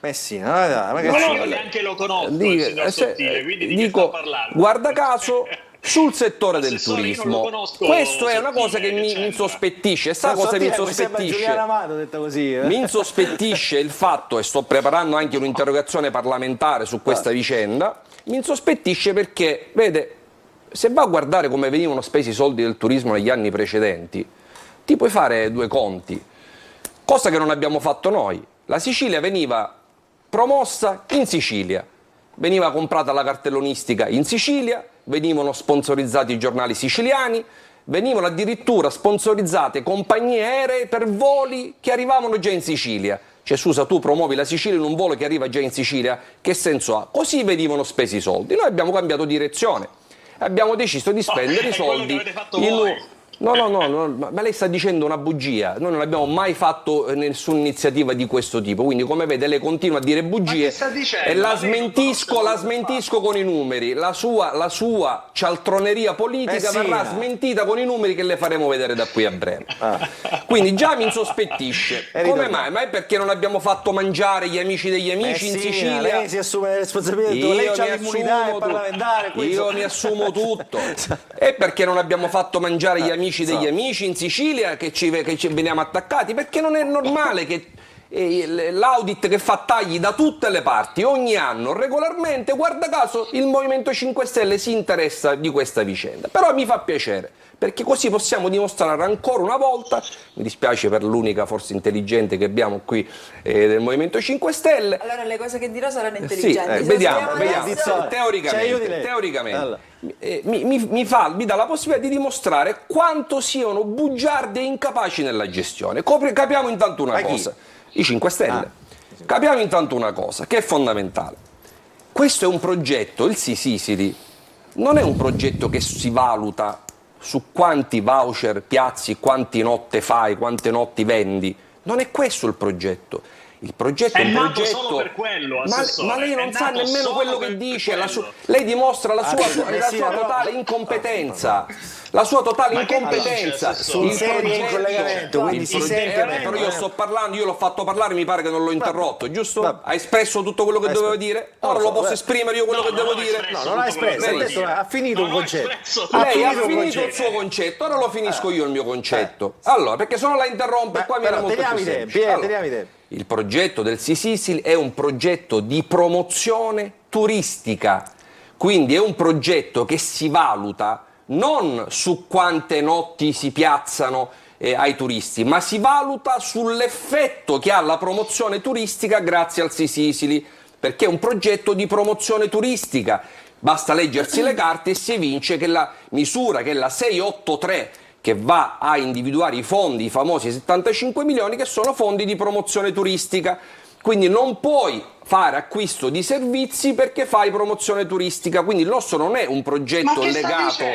Il nostro non è un progetto legato al favorire le imprese o ad aiutare le imprese. Il nostro è un progetto di promozione turistica che serve per promuovere la Sicilia. Detto questo, partiamo da questo presupposto e già possiamo cominciare a capire una cosa. L'onorevole Sunseri parlava di pianificazione, progettazione, che è uno dei due più grossi step che mette a disposizione l'audit, che contesta l'audit. Non è stata fatta programmazione. quindi che gli investimenti di comunicazione non sono stati programmati per tempo 6 mesi prima, un anno prima, e che sono stati fatti per step. Questo credo che lei lo possa confermare, giusto onorevole Sunseri? È questo che contesta l'audit, non una delle cose che contesta. Io però vorrei capire, me lo spiegherà e lo spiegherà anche ad altri organi competenti il dirigente dell'audit, perché lo spiegherà ad altri organi competenti, come si deve fare la programmazione. A chi? Come si deve fare? Il dirigente della regione? A chi Come lo si spiegherà? deve? No, ci sono e si fanno i ricorsi, lei lo sa che si fanno i ricorsi. Esistono i ricorsi. Il Diramata ha fatto ricorsi all'audit. Si faranno ha fatto ricorso. Scusi, si faranno i ricorsi se decidono di fare i ricorsi. Ma io lei lo deve chiedere all'assessore Amato, non lo deve chiedere a me, lo chiede all'assessore Amato. Messina un attimo. Allora, chiedo alla regia di dare un ritorno più forte a Sunseri anche in studio, perché la difficoltà di gestire il collegamento con un ospite in studio è oggettiva. Dopodiché, faccio una parentesi. Sì. Peppino Sottile io lo conosco, cioè veramente, lasciamolo stare dove è. No, scusi, non me ne frega, lo lascia stare lei. Lo lascia stare lei, Peppino Sottile. Peppino Sottile non è per me persona seria. Bene, ma in questa questione non c'entra niente. In questa questione c'entra perché lui fa gli articoli. In questa questione non c'è c'è perdendo completamente si sta perdendo. Allora, continua. Andiamo avanti. Sunseri, facciamo rispondere. Andiamo a tappe. No, sì, però mi deve fare finire il concetto. Andiamo. Facciamo rispondere, così ci capiscono. Ma se non l'ho finito il problema della programmazione, dice si bisogna fare pianificazione. L'audit dice questo. Io vorrei capire dal dirigente e dall'onorevole Sunseri come si deve fare in periodo di pandemia, perché stiamo parlando del 2020 e 2021, quindi quando l'Italia era chiusa, le regioni chiudevano, non sapevi quale regione apriva, dove potevi andare, come ti potevi muovere. Vorrei capire come si fa una programmazione non sapendo su quale territorio devi investire. Quindi gli investimenti sono stati fatti in funzione di cosa? Arrivavano le ordinanze, si chiudeva l'Italia totalmente e si bloccava la comunicazione, perché non era quasi inutile fare comunicazione se non per un certo tipo di comunicazione. Si apriva alle regioni, quindi dice aspetta, tra regione e regione il turista si può muovere, e quindi si faceva promozione nelle regioni limitrofe per aumentare aumentare il turismo di prossimità. Sunseri, mi sembra ora scevro da ogni giudizio. Mi sembra un ragionamento, lineare, no? Cioè, in un periodo di pandemia, come fai la programmazione? Le difficoltà sono oggettive. Cosa risponde lei? Ma guarda Luca, a me imbarazza particolarmente l'impreparazione dell'assessore, perché non so veramente di cosa stiamo parlando. Allora, non è previsto nessun ricorso, quello è un rapporto finale, punto. Non esiste. Ma lei non sa di cosa parla. C'è il ricorso anche alla commissione. C'è il ricorso anche alla commissione. Ma che sta dicendo lei? Sì, ma ad oggi l'assessore. Lei non sa nulla. Bugia, ennesima bugia. Non esiste alcun ricorso. Si fanno le deduzioni e le controdeduzioni alla commissione. Le controdeduzioni sono state già fatte. No all'audit, alla commissione che giudica quello che dice l'audit. Quello che dice l'audit viene poi deciso dalla commissione. Non dica bugie. Non dica bugie. Sono state già le risorse. Mi deve spiegare perché non si interessa. Luca, perché lei non si interessa, lo faccia rispondere. Ma deve spiegare Sunseri perché non si interessa ai 50 milioni tolti dall'audit ad altri assessorati. I tagli, Luca, sono a chi deve fare il favore? Non è previsto nessun ricorso, i tagli sono definitivi e l'assessore Messina ci ha fatto perdere milioni di euro dei fondi europei, punto. Su questo non ci si deve tornare. Falso. Ora io voglio capire una cosa, assessore Messina, cosa c'entrava Buttanissima Sicilia e Sottile? Non l'ho ancora compreso. Lo spieghi lei cosa c'entra, oppure ci dica a quale amico deve fare il favore. Quale amico è rimasto a secco? Restiamo sul tema. Restiamo sul Ci tema. dica quale amico suo è rimasto a secco, non ha preso soldini da noi. E ognuno si prende le responsabilità di quello che dice. Lo dica. Io non ho Messina. amici in Lussemburgo che con nemmeno io. private che si prendono milioni di euro. Nemmeno io. Anche lei sul serio si prende le responsabilità di quello che dice. Ma posso fare il vigile urbano? Io le voglio dire, Quindi lei sta dicendo che il Lussemburgo, la società del Lussemburgo è amico mio? Lo dica, sto lo dica, semplicemente dicendo lo che dica, secondo si assuma la l'unica responsabilità. Io sto dicendo Il Lussemburgo, la società del Lussemburgo è amico mio? Vuole dire questo? Vede perché è possibile parlare con l'assessore Ma Messina? vede, io le Allora dico, fa parlare, però ha ragione. io non le riesco dico a fare che lei pende dalle labbra di buttanissima E di basta. sottile. Così Io mi assumo la abbassate i microfoni responsabilità. Lei tutti. si assume la responsabilità di quello che ho dice. perso per il microfono. La società del Lussemburgo è un amico mio? Io sto Che fa? Si dicendo spaventa a dirlo? semplicemente Si spaventa? che Se la fa sotto? Messina. Non c'entra niente. Si spaventa? Messina, usiamo un linguaggio consolo. Si spaventa. semplicemente fate che parlare sul l'unica serio. autorità di controllo che controlla la spesa comunitaria. Ma lei che sta dicendo? Oggi ha messo nero su bianco. Ma lei che sta le dicendo? procedure adottate dall'assessorato guidato dall'assessore Messina sono state viziate da una serie di violazioni del codice degli appalti e da una serie di artificiosi spezzettamenti degli investimenti fatti sia sulla vicenda comunicazione, assolutamente falso quello che diceva l'assessore Messina, che non hanno finanziato giornali o manifestazioni all'interno della nostra regione. Io ricordo benissimo l'ho detto io, Amelia, certo, chi ha mai detto che è le falso? manifestazioni Chi ha mai detto che è falso? del presidente della regione, la musica sacra di Monreale. Vede, Guarda, lei continua a dire bugie. Ardizzone, Noi alza la mano abbiamo per detto parlare. e Fate dichiarato parlare Ardizzone. che abbiamo sempre quello che finanziato tutte le manifestazioni di proprietà della regione siciliana, Allora, mentre voi finanziate gli amici vostri che fanno i banchi a rotelle, noi finanziamo la regione siciliana. E sì, ogni tanto allora, Messina ogni tanto Luca non era chiaramente preparato. 400 milioni. Ardizzone. 400 milioni. Ardizzone. Fate parlare Boni. Fate parlare la partita Ardizzone. Luigi, sono qua per difenderti in presenza e non mi fai parlare, quindi mettiamo. Allora, intanto si sta perdendo il focus della questione, perché il fatto che venga attaccato il turismo, il fatto che il Movimento 5 Stelle sia contro il turismo, questo è il messaggio che è stato fatto passare, è completamente falso, perché ci dobbiamo ricordare intanto che questa norma è stata votata anche dal Movimento 5 Stelle in Parlamento. Giusto. Quindi non c'è il discorso del turismo, non c'è il discorso che noi siamo contro le percentuali di crescita del turismo, perché non è questo il punto. Il punto è, come diceva il collega Sunzeri, che da quello che ci arriva dall'audit, che il garante è il controllore, non lo stiamo dicendo noi non siamo gli organi competenti per prendere, cioè per affermare queste in materia, ci dicono che il flop è una questione politica della misura, ma che deriva anche da quelli che sono i numeri. Parliamo che sono stati fruiti come pernottamenti solo il 13%. Parliamo del fatto che sono state... Ma non può dire... La fai vedere la tabella ufficiale? Ma lei può dire...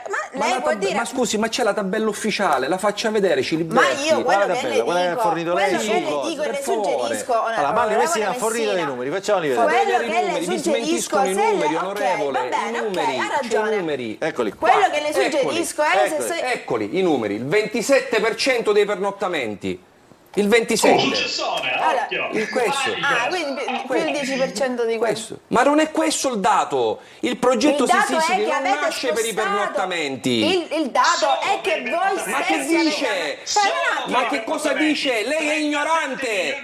Io non posso parlare con questa gente. Io non ci Ma posso è giusto vuole dire una cosa, nel frattempo c'è Miriam Di Peri.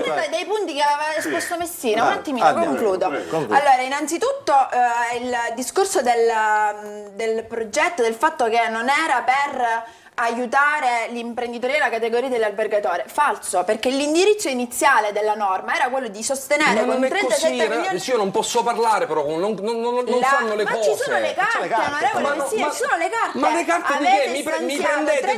Mi prendete il bando dove c'è messo che aiuta alle imprese? No, ci sono il turismo non può fare aiuto alle imprese, non può essere un aiuto alle imprese, è vietato. I fondi previsti, la 683 da cui sono presi i soldi, non sono aiuto alle imprese. Non sono aiuti alle imprese, il progetto era ideato per sostenere la crescita del turismo, aiutando. Ma non puoi aiutare, la 683, ragazzi, dovete studiare. Inizialmente gli stanziamenti erano i 37 milioni, quando poi l'errore è mio che venga a confrontarmi con gente che quantomeno non legge, ragazzi. La 683, prenda la 683. Prenda la 683, prenda il bando, mi dica dove c'è scritto aiuto alle imprese. Non lo deve dire. Miriam, aiutaci tu. Allora, l'idea iniziale era quella di promuovere gli albergatori con gli acquisti dei pacchetti di 37 allora, se mi permettete, e se ho ricordi, facevo anche il vicepresidente della commissione che oggi presiede Sunseri. È stucchevole quello che abbiamo ascoltato. Da chi? Ma da una polemica inutile. Questo è un procedimento amministrativo, anche l'intervento dell'audit è un procedimento amministrativo, non è un'ispezione. L'audit non è organo di ispezione. Aspetta, qua stiamo parlando di tagli che sono già stati effettuati. Cioè oggi l'audit... Se posso parlare, metto un po'... Non è un organo di ispezione. L'organo di ispezione sui fondi comunitari è l'OLAF, prima UCLAF. Oggi per truffa, non solo per truffa, per tutte quelle che sono le violazioni. L'audit serve esclusivamente a fare osservazioni e a migliorare le criticità di tutti i processi comunitari. Non serve a bacchettare e non serve a indicare e non serve neanche a dire che c'è un atto sbagliato. Fa un quadro, lo rappresenta e naturalmente se ci sono degli aggiustamenti anche con risorse, io ho sentito così perché non ho seguito la questione, 1,5 milioni mi pare non rendicontabile? No, non rispetto, no, qui ho sentito la Sunseri, 1,5 milioni su 75 milioni. Non è così rendicontabile. No, non è 1,5 milioni. Sono solo i campioni in questo momento effettuati. Vabbè, ma ancora non sappiamo, non sappiamo la rendicontazione che fine fa, perché la rendicontazione è poi quella che rappresenterà la misura. Quindi è nata, solo peggiore di ma questa. È nata, no, ma non c'è peggiore o migliore, ma questo in tutte le misure. L'ha detto poco fa anche l'assessore, in tutte le misure. Ma lo sappiamo che la Sicilia spende il 50, il 55% rispetto a quello che ci trasferiscono. Come non c'entra? Come non c'entra? Perché non c'entra? Rappresenta molto bene, mi perdoni, lei rappresenta molto bene, devo dire, una porzione importante delle risorse territorializzate della nostra regione, che sa perfettamente come funzionano in questo caso. Certamente. Allora, l'OLAF è un organismo che lotta alla frode, che non c'entra nulla con l'organismo di controllo. È un organismo di ispezione, sicuramente non è l'audit. Sicuramente non è l'audit. Se ne occuperà l'OLAF. Sicuramente non è l'audit. Quello che stiamo dicendo è che l'audit, con un suo rapporto definitivo, ha tagliato le risorse previste dalla misura. Tagliando queste risorse, di fatto sta dicendo che quelle risorse ha osservato le criticità. No, sono già tagliate. C'è scritto qui. Ha osservato. Non è un'osservazione. Ma come non è un'osservazione? Ma guarda, io non vorrei offendere nessuno, non mi permetto. Infatti non leggo quello che è previsto nella norma e nel regolamento, perché proprio considerato che c'era questo argomento sono andato ora a collegarmi per ripassare quello che conoscevo e ho ripreso quello che conoscevo.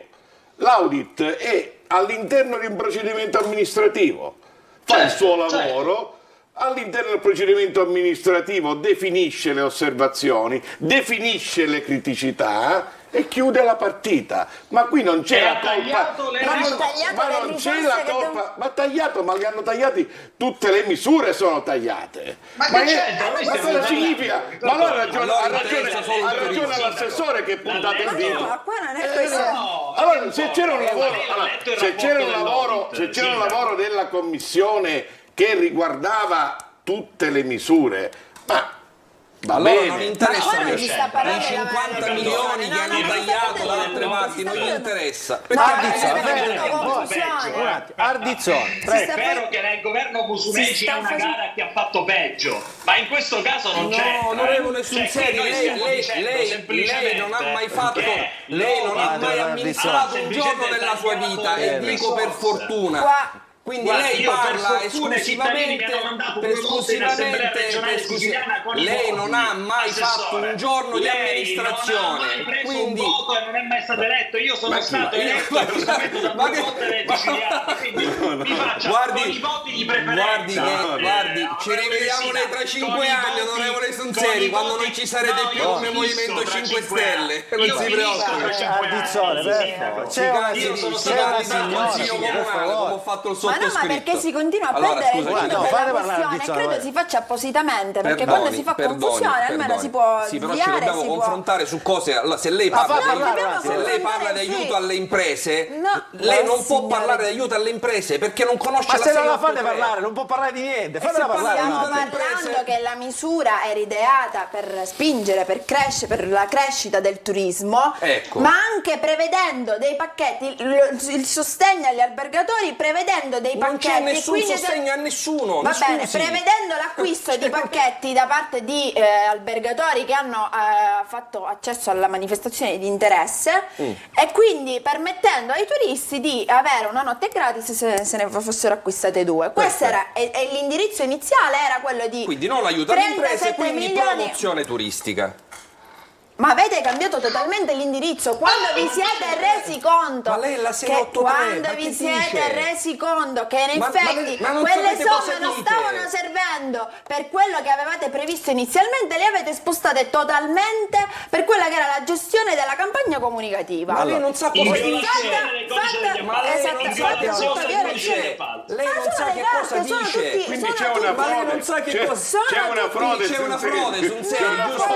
Ma non si sta parlando di Questo ce lo dirà la Corte dei Conti. Ma non siamo noi qui oggi. Oggi ci dice l'Audit ci dice l'organismo di controllo ci dice che non siamo qui. Ma perché la Corte dei Conti? Io ho bisogno di la Corte dei Conti c'entra perché ad oggi queste somme, in base a quello che emerge, un attimo finisco. In quello che emerge dagli audit vi è un taglio del 25% per quelle che sono le somme campionate che andranno a ricadere totalmente su quello che è il bilancio della regione siciliana. Ad oggi i debiti fuori bilancio, se non vi è trovata una copertura, è una prassi consolidata. Succede da tutte le parti, ogni anno ci sono milioni di euro che vengono decertificati e poi vengono richiamati con un'altra cosa. Di che state parlando?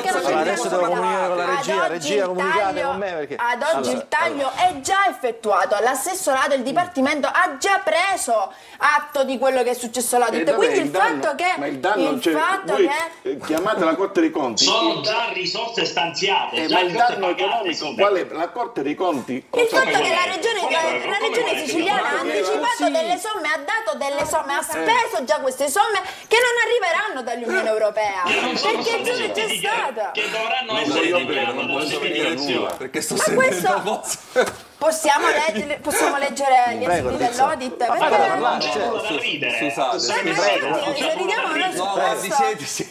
Prego, Ardizzone. Non mi posso confrontare. Fermi tutti, allora, buoni tutti. Miriam, fatevi parlare con Miriam. Un attimo, fatevi parlare. La rettifica del 25% dovrà essere applicata sull'ulteriore spesa certificata nel periodo contabile 21-2020. Scusate, cos'è la 683? Regia, per favore, aiutare. Non sai neanche cos'è il 6, nell'8 nel 3. Ma di che sta parlando? Non sanno cos'è la 683, questa è una capra, ragazzi. Senza non insultare. Lei Miriam, ma il suo collega lei è Martina Ardizzone, lei è Miriam. Luca, allora. Luca, no, non la sento più, alzate il volume. No, come? Hanno abbassato anche il minimo. No. Hanno tutti ragione, facciamo così perché altrimenti non ne usciamo. Io sono in forte imbarazzo rispetto a questa cosa, preferirei non intervenire. Interessante punto di vista, devo dire. Sì, esatto, perché mi trovo parzialmente d'accordo con Manlio Messina e capisci perfettamente quanto questa in grande difficoltà. Sul serio, prenda nota però su questa cosa. Io vorrei dire una cosa. Io vorrei un attimo. Sì, faccio solo Miriam. Scusa, una cosa soltanto al volo, scusate, mi sono dilungata. Al netto delle battute, io mi sto prendendo la briga di fare un lavoro anche lì giornalistico, provando a raccontare quanto hanno speso nello stesso arco temporale le altre regioni per la promozione turistica, perché sinceramente ora se verrà dimostrato che è stata cambiata la destinazione d'uso, quello è un altro discorso, ma i 26 milioni in se stessi a me non sembrano una cifra così spropositata.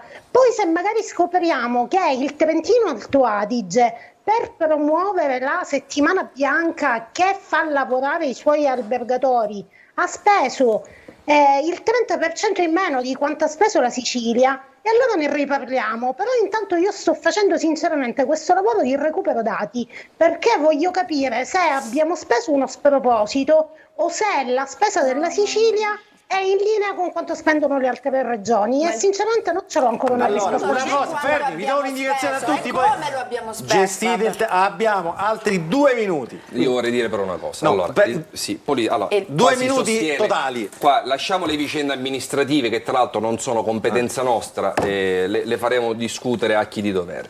Qua si dice che il progetto di promozione, la promozione fatta negli anni del governo Musumeci non ha funzionato, è stato fallimentare. Giusto, corretto, onorevole? Che il progetto Sisisili è fallimentare. Dite questo? È corretto? Sto dicendo un'eresia. Lo dice l'Audit. Benissimo. No, l'Audit entra, ma che c'entra l'Audit? Mi scusi, l'Audit parla tecnicamente, è una questione amministrativa, non dice se il progetto ha funzionato o non ha funzionato. E dice che siete andati in il progetto, ma devo distinguere quella che è la crescita turistica da quella che è la misura, sono due cose completamente diverse, non sono. Io vorrei che si facessero vedere i dati ufficiali del report dei valori del turismo e dei risultati promozionali che ha ottenuto la Sicilia. Se lei Ciliberti li può mandare in onda, e vediamo come la Sicilia per la prima volta nel 2022 e nel 2023 batte il Trentino per il posizionamento del brand, passa dal 13° posto al 1° posto. Siamo la prima regione d'Italia per posizionamento del brand. Questa è una pagina di giornale che abbiamo Questo è un dato ufficiale, non lo dice Manlio Messina che smentisce. Ma il giornale qual è? La Sicilia. Ok.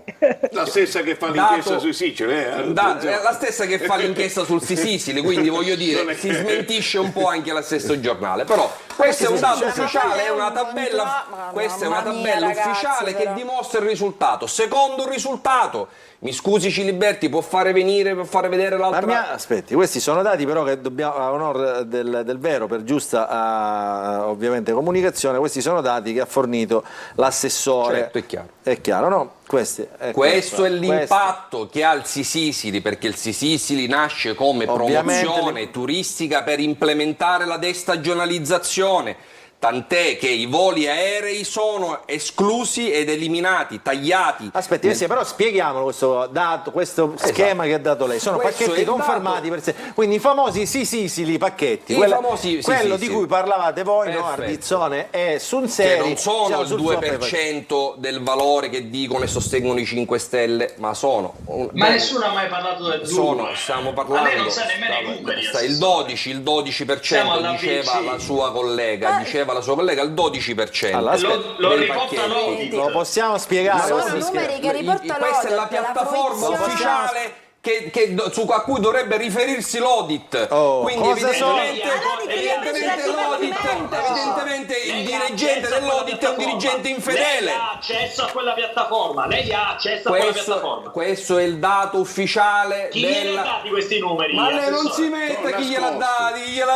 Che fa? Si preoccupa perché la smentiscono, perché la fanno fare una figura da cialtrone. Faccia vedere l'altro dato, per favore. Capra! Faccia vedere l'altro dato. Capra! Messina! Faccia vedere l'altro dato, per Non c'è favore. bisogno che che smentisce ancora una Chi gliel'ha volta. dati questi numeri? Messina, chi gliel'ha dati? Sono numeri ufficiali. Lei è Sono i talmente uomo numeri, piccolo che l'unica cosa sono che i sa numeri fare è ufficiali offendere. dell'assessorato della regione Sicilia, a cui dovrebbe confrontarsi l'audit, quei numeri che dovrebbe prendere l'audit. Posso fare un attimo, con calma, sul serio. Dopodiché, mi scusi, non le do un altro dato. Mi scusi, sul serio. sì, ma se non le do i dati. Però sul serio sta vedendo questi numeri?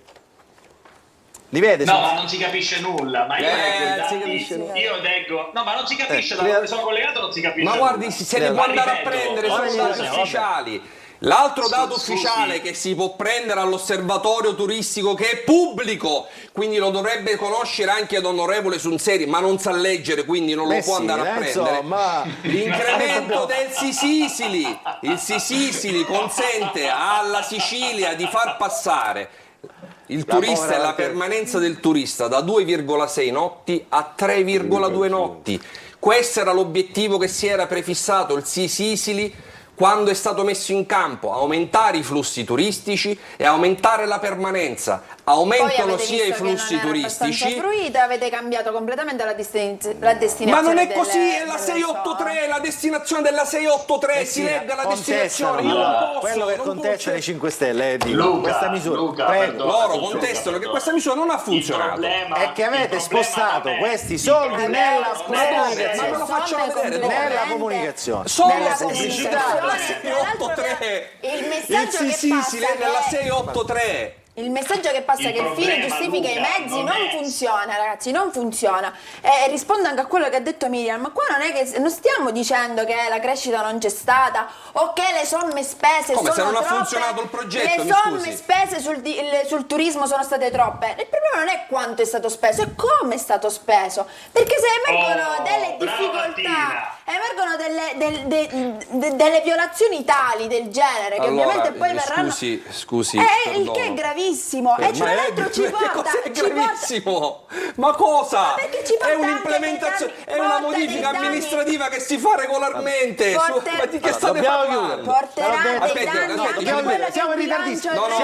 Aspetti, questo è un dato che è assolutamente essenziale. Mi scusi. Lo legga lei, veloce. 2023 rispetto al 2019, anno pre-pandemia, gennaio e febbraio, dato ufficiale che si può prendere all'osservatorio turistico e pubblico. Continuano a rispondere con i danni nel 2000,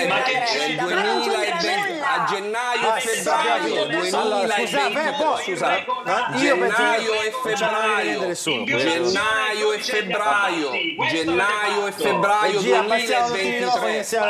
un frazionamento gennaio e febbraio 2023 rispetto Capra studia Messina, per favore. Capra studia Basta con questi insulti. 2023 gennaio e febbraio 2023 rispetto al 2019 lo stesso periodo, gennaio e febbraio 2019. Mi scusi, no, c'è il microfono abbassato, non può parlare. Periodo di destagionalizzazione. Non ci può parlare. Facciamo più 30%. L'abbiamo detto. No, dobbiamo chiudere. Dobbiamo chiudere. Grazie. È stucchevole da una relazione amministrativa che si monta un caso politico, è stucchevole. Allora, siamo in chiusura. Grazie a Luigi Sunseri, deputato del Movimento 5 Stelle. Sunseri, io ci ho provato 2 volte. Mi darà buoni, per favore. Poi saranno gli organi competenti. Addizione. Chi mi conosce sa che non scado nelle volgarità né tantomeno nelle Messina, solamente gli amici dei mafiosi. Messina, per favore, insomma, finiamo. E a raccontare finiamo. Messina, basta. Mi dica chi deve dire. Luigi Sunseri, grazie per essere stato con noi. Miriam. Grazie. Luca, grazie, è stato divertentissimo da qui. Meno male. Brava Miriam. Meno male. Chi è rimasto con noi? C'è ancora questa Cantarella? Dov'è? È rimasto con noi? Dov'è? Come state? Ecco, l'abbiamo messo nell'altro studio. Cantarella, grazie. Grazie a voi. Dibattito interessante. Bene così. Grazie Fabio Mancuso, sindaco di Adrano del Movimento per l'Autonomia, grazie alla deputata regionale Martina Ardizzone del Movimento 5 Stelle, grazie a Mario Messina, vice capogruppo vicario del gruppo Fratelli d'Italia alla Camera. Sta cercando ancora tanto. No, leggo il messaggio di un dirigente che dice fanno paura, sono vomitevoli. Chi ora deve dire? Si può dire?